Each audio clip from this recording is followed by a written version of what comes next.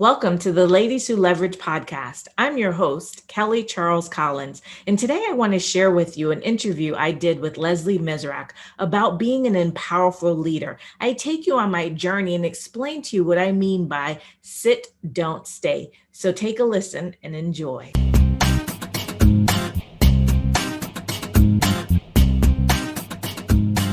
Hi, my name is Leslie Mizerak. I'm your host of the Empowerful Leader podcast, where empowerful means empowering and inspiring self and others to achieve.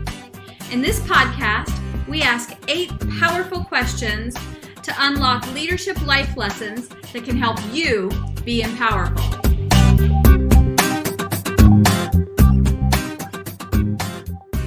Hi, today I have on the line with me Kelly Charles Collins. She is an attorney, a speaker, an author, and an unconscious bias expert. Kelly, I am so excited to have you here with me today. Thank you. Leslie, thank you for having me. I'm excited to be on your podcast. Oh, this is great. So let's just jump right in, shall we? Okay. Tell me a little bit about who Kelly Charles Collins is professionally. Well, you've already said a little bit, right? That I'm an attorney, author, speaker, and unconscious bias expert. So I'll just expand a little bit. I have been practicing law for 24 years. In the past over 20 years has been in the area of employment law. So I've represented small businesses to Fortune 100 companies in cases that involve discrimination, retaliation, harassment, all of those types of what people call Title VII claims. And in that time, I've also been doing a lot of training, and I'm a trial lawyer, so I've tried those cases. And so in learning, all the things from my clients and trying to teach them the best way, I say, to keep them on the right side of the next hashtag movement. In order to do that, I've had to learn not only their business and the back end of their business, but how to help them to move forward. So that's part of what I've been doing. I'm also an arbitrator. I've done all kinds of stuff in my professional background. I used to, one of the things I'll tell you, I used to have a wedding and event planning business. Oh, wow. I've been a business owner. And now actually in the last year, starting at the beginning of this year, I've actually transitioned out of the full-time practice of law and now run my own professional speaking business and consulting business. And recently started my own women's global community called Ladies Who Leverage. Mm-hmm. Excellent. How do you have time in your crazy schedule? It sounds like a lot going on. They say you make time for the things that you want to do. Isn't that a true statement? Thank you very much. So who is Kelly personally? As personal as you'd like to get. Tell us a little bit about who you are. I like to call myself the salt of the earth. And so I'm just, whatever you see, whenever you see me, wherever you see me, I am who I am. I'm a very kind, compassionate person. I like to see people succeed. I'm very driven. That's one of the things about me. I am a very driven person. And when I decide that I'm going to do something, it gets done. The whole Ladies Who Leverage was an idea that in this environment with COVID really came to me about helping women, empowering women so that we don't get stuck. Because I think sometimes when these things happen, we get so mired in all of the other things that we have to do, all of the other titles that we have that we forget about ourselves. So as a person, I'm always trying to help people to see their greatness and to step into their greatness. Oh, I love that in so many ways. That's awesome. Thank you. So you talked about empowering, helping women so that they don't get stuck. When you think about that word empower, what words come to mind? What visuals come to mind? What comes to mind for you? The word that comes to mind for me with empowerment is freedom. Tell me a little bit about that. So for me, the freedom to express, the freedom to think, the freedom to be is so vitally important to my success. When I feel that I'm being held back or that I am being discounted in some way, then I'm not able to be who I am completely. So I think when people have the freedom for their own personal, for their personal autonomy, freedom to, to explore the things that they want to explore, the freedom to speak about things that are important to them, then they are empowered to move forward in life. They're empowered to do a better job. When people work for you and they don't feel that they have the freedom to speak or they have the freedom to share their ideas or their concerns, then you're not getting that whole authentic person. So I think when you have the freedom of expression, then you can show up authentically every single day. And when you do that, then you show up 100% and give everything you have to whatever it is you're doing. Wow. Powerful indeed. Great. Thank you. Thank you for sharing that. So tell me about a time when you feel like you were empowered by your leader or other leaders around you. It may not have been a direct leader. I'll tell you this, and it's funny, and I'll tell you that I saw my boss who told me this like some years ago, and I was like, do you remember you said this to me? So I'll give you the backstory. I was probably about my 6th or 7th year practicing law, and I was working for a major insurance company. We were staff counsel, and it was a small office. So, I didn't have my own secretary. My secretary was also the receptionist. So, I was doing a lot of my own work as far as being a lawyer. Mm-hmm. And we had a meeting one day, and we were all sitting around the table, and I said to my boss, I said, hey, I need to have a secretary, my own secretary, because I need to, I need help with scheduling. I need help with filing, all this kinds of stuff. And he said to me, he just looked me dead in my face, like directly in my face. And he said, suck it up. And I was like, what? And at the moment, obviously I was not a happy camper, but in retrospect, over all these years, that was the single best piece of advice that I've received in my career, was to suck it up. Because in that moment, he gave me the freedom, right? And so thereby empowered me to figure out what I needed to do and how I needed to do it. And because he did that, and because he put everything on my plate, I can try a case, I can write the appeal. From the time that case comes in the door until it completely ends, I know how to do every single thing in a case. And I didn't realize how important that was until, as I was going through my career and going to different, working at different places, and realizing that they're my counterparts who, didn't know how to do something that I thought was simple, as like file something in court, right? Or schedule a deposition, or just do simple things. But because he told me to suck it up, I had to really suck it up, and I had to figure out, how was I going to do all of these things that we consider to be administrative, right? Or somebody else should do for us, and also practice law. And that has really pushed me throughout the years, because now whenever I'm doing something, I learn how to do it, right? From beginning to end. Now, there might be a time, and I do this, often, where I say, okay, I know how to do it, but I don't want to do it, right? Or I don't have the time right now to do it. And so I will, delegate that to someone else. But I do know how to do it, or I will research so that I understand what needs to be done. And that came out of that one piece of advice.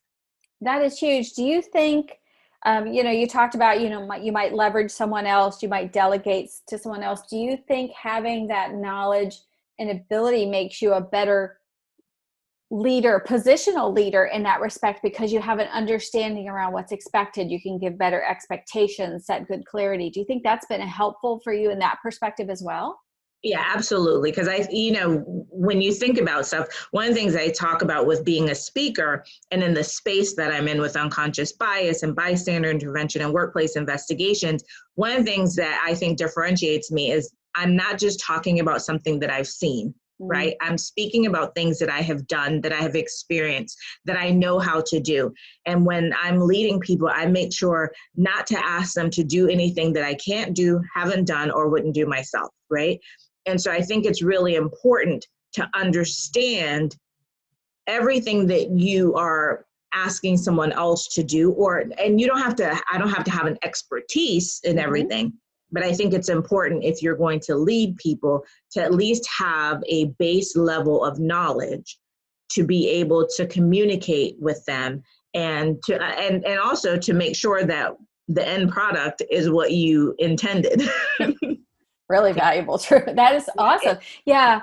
Do you, so conversely, let's flip that around, because you talked about, your suck it up person. Is there a time where maybe you weren't empowered? And tell us about that time and how it impacted you and that lasting effect, or what you learned from it maybe. Yeah. So, obviously through my career, I've worked in different places. I've worked at major insurance companies. I've worked for small firms, medium firms, and I worked at a firm that really didn't understand my value. And some of that comes from fear. When people don't know how to leverage what they have, some of that comes from fear, right? Their fear of, you're going to do better than me, you're going to show me up. And so I had a situation where, with all the years of experience that I had and things that I wanted to do, that boss of mine didn't see that value, and instead was just had me as almost like a young lawyer. And when I say young, meaning in years, right? Somebody who didn't really have the experience, somebody who didn't have the wherewithal to just take over cases and handle cases. I remember at one point, he sent me an email and he said that I needed to start sending him emails before I sent them out to a client. I'm like, are you kidding me? I've been practicing law for almost 20 something years. You want me to send you an email so that you can review my email? And so I felt very constrained. I felt undervalued. I felt I was pissed, right? If you want to just really put it out there, I was pissed because it was so clear that it was clear to me that part of that was just a way to almost put you in your place, right? And so I don't like to be put in my place. I'll take the suck it up, but I don't like being put in my place. And so it got to a point where I, started to look for other options. So places where I would be valued, places where I could, all the stuff that I had accomplished in my life and as an attorney, that I could use those things and that somebody would be happy to have me there. And so I left. How do you take that learning and use it as you continue to go forward, that learning from that negative experience? I think you have to just remember, right? You have to remember that occurred, and it's one of the stepping stones in life. It's one of the things that it's almost like when you touch a hot stove, you remember how that feels, right? So then if I go touch that hot stove. So I know now not to put myself in a position like that. At the time that happened, I was kind of in transition from having my own firm to moving back into somebody else's firm. And so sometimes we do things out of slight desperation or out of fear. And when we do that, we end up in spaces that aren't necessarily the best place for us. Now, even though I had some of those negative experiences, being in that space allowed me to go to my next place, right? Had I not been in that space, what came up for me next I would not have had that opportunity. So even though there were some negatives, a big positive came out of that.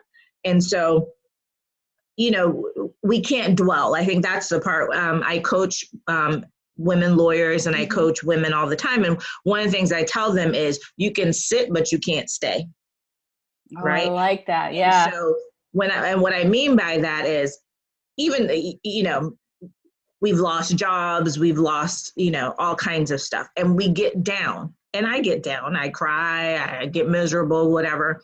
But what I know is that I have to sit and acknowledge what's happening to me or what I'm experiencing, but I cannot stay there, because if I stay there, then I can't make progress. So, I always tell my clients and women who I mentor, I tell them, you can sit, but you can't stay. And when they text me or call me and they're like wallowing in it, okay, we'll wallow for a few minutes and for a little bit, but tomorrow we're not doing this. Yeah, we're moving on. That is going to be my favorite quote, I think, so far from this session. You're going to see it in writing on some of the social media. I love that. That's great. Thank you for sharing. So you've talked about several things, and you've touched on it a little bit, but let's maybe dig in a smidge more. How do you lead others around you? So you talk about coaching, allowing them to sit but to not stay, that they can't dwell on something. How do you use that as a leader going forward with others? And then what's the impact of those experiences others are receiving from you? When you're trying to lead others, you have to give them the space to explore their own greatness. And I think that is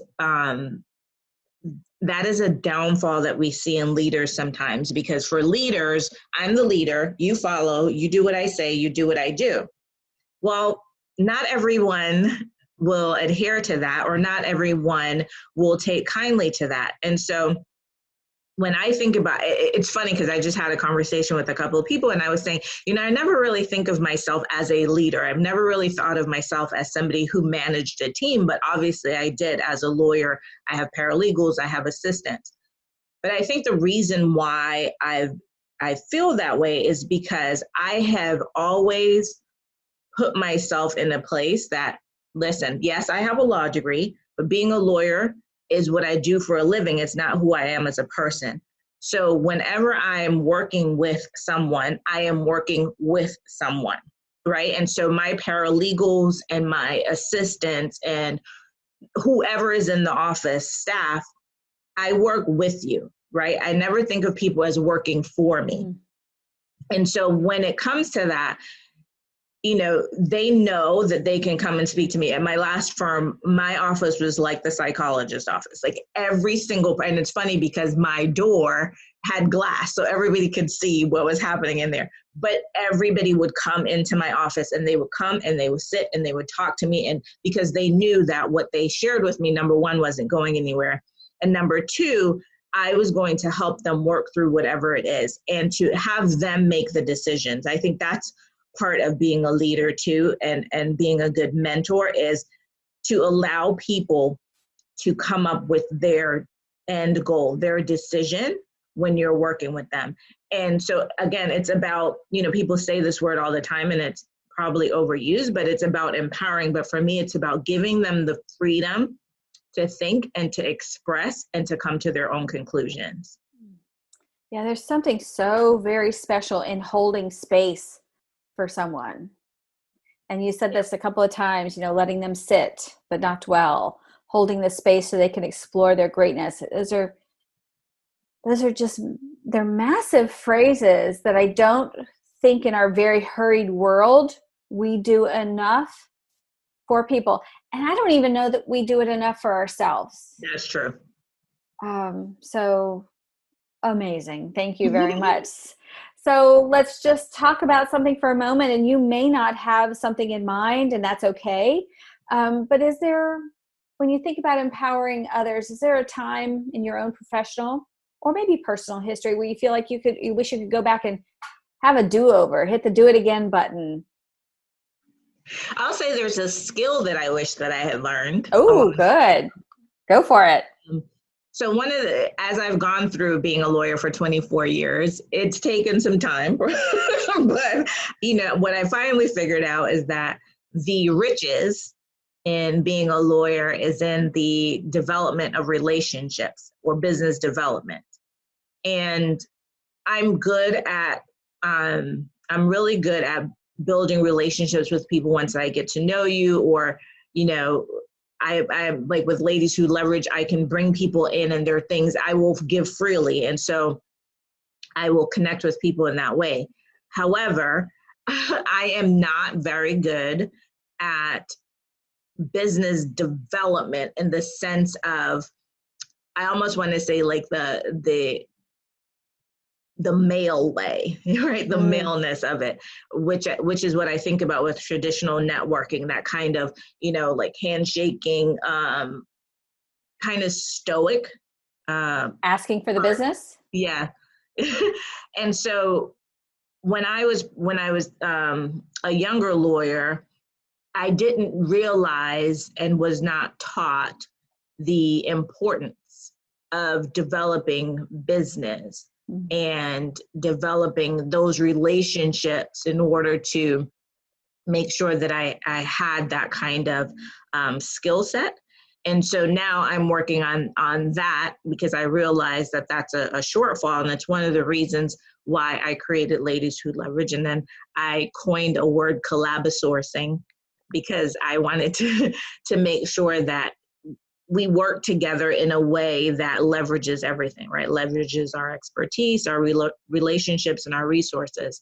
And so if I could do it over again, that's definitely something I wish that I had learned, because I think that that would also have given me much more of the freedom that I seek every day. Well, I think that's great. And I love that collabosourcing. I've seen you use it a couple of times. I think it's just a super cool word. So I love hearing kind of the backstory around that. And I would bet there's so much for you to give to young people, young women coming up around that collabosourcing, around that collaboration to build business, how we all work together for the win-wins on both sides. I think there's so much value in that. So I can't wait to see where you go with that one. Yeah, I think, you know, one of the things, especially for women, is that I think it's been indoctrinated into us to compete as opposed to collaborate. And I think it's really important for us to realize that there's strength in numbers, except when it comes to bystanders, but there's strength in numbers, and in really looking at, okay, what can I do? What do I have? Who do I know? And really help each other to do that, to help each other to grow. I think once we figure that out, then we'll be unstoppable. But until we really embrace the fact that me giving you information is not somehow taking something from me, right? It's in the sharing. Like the power is in the sharing. The leverage is in the sharing. Yeah, a quick story. I'll build on that for myself. When I first started coaching and started connecting with other coaches, I didn't necessarily see the value. I thought, oh gosh, these people are my competition. Why should I be connecting with other coaches? And once I got my head wrapped around the relationship part instead of the competitive part, it's amazing what it's done for me personally and professionally, even more so at a human aspect. But there are coaches, when I know I'm not the right fit or what somebody's looking for or what they need, I have great people that I can go to. And it's that collabosourcing, that collaboration, that working with people instead of against people is really incredible. So thank you for bringing that up. I could see something in my own space as you were talking about that. Not everybody is good for you, right? And sometimes, just from being a lawyer, sometimes you don't want them to be around. You don't want to work with them. That is a true statement right there. But you're like, okay, but you're a better fit for this person. And if we don't know that, if we don't have those people in our sphere, then, and the great thing about that is that we then become a resource, and that person will say, listen, Kelly couldn't help me, Leslie couldn't help me, but you know what she did do? She did find this person for me. And so then now you have another person who can help you to collabosource. Yeah, that connecting the dots is incredibly valuable for people.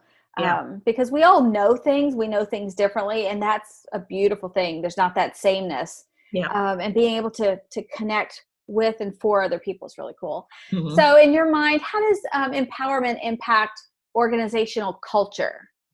And it can be corporate organizational culture, office culture, it might be community culture, club culture, whatever that is. When people feel that they have the right to show up every day as who they are, you will get the best out of them. When people feel that they have to hide or they have to stay silent, they're not going to show up. And in addition to that, they are going to negatively impact your space. So whether that's at home or at work or just out in the world, it is going to show up somehow. Now, obviously, we know that in a workspace, everybody can't just be saying whatever. But what empowerment does is to allow them to know that they have the freedom to speak.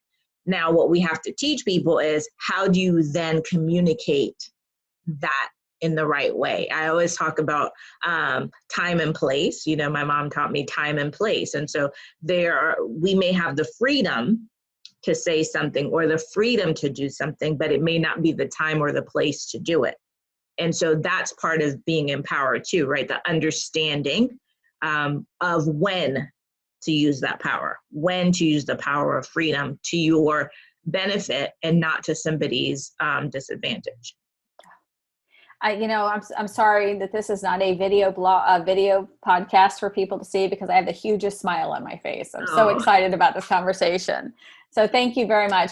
Any last things you would like to share about being an empowerful leader? Any last thoughts you have? So there's two things I want to say.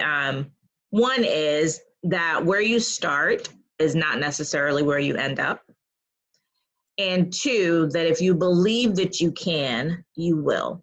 And I'll just give you a quick backstory for those things. So when I say where you start is not where you end up, I started at 16 years old going to college to get a degree in fashion merchandising and retailing management.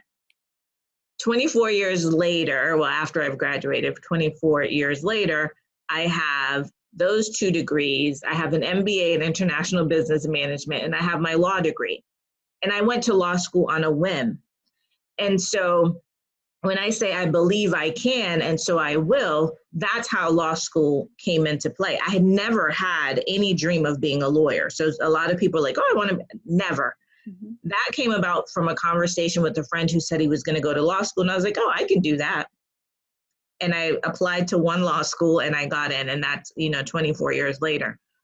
So I think, even as leaders, you have to look at people in that way. Where they start when they come into your organization is not where they're going to end up, or should not be where they end up, if you are really interested in elevating people, right? And really interested in leveraging the value of the people that you bring into your organization.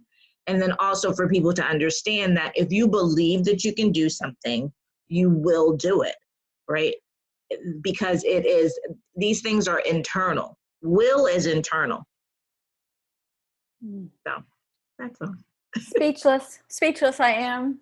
Well, Kelly Charles Collins, thank you so very much for joining me today. I feel truly blessed to have your time. Have a great day. Thank you. Thank you for having me, and good luck. Thank you. So happy to have you. Thanks.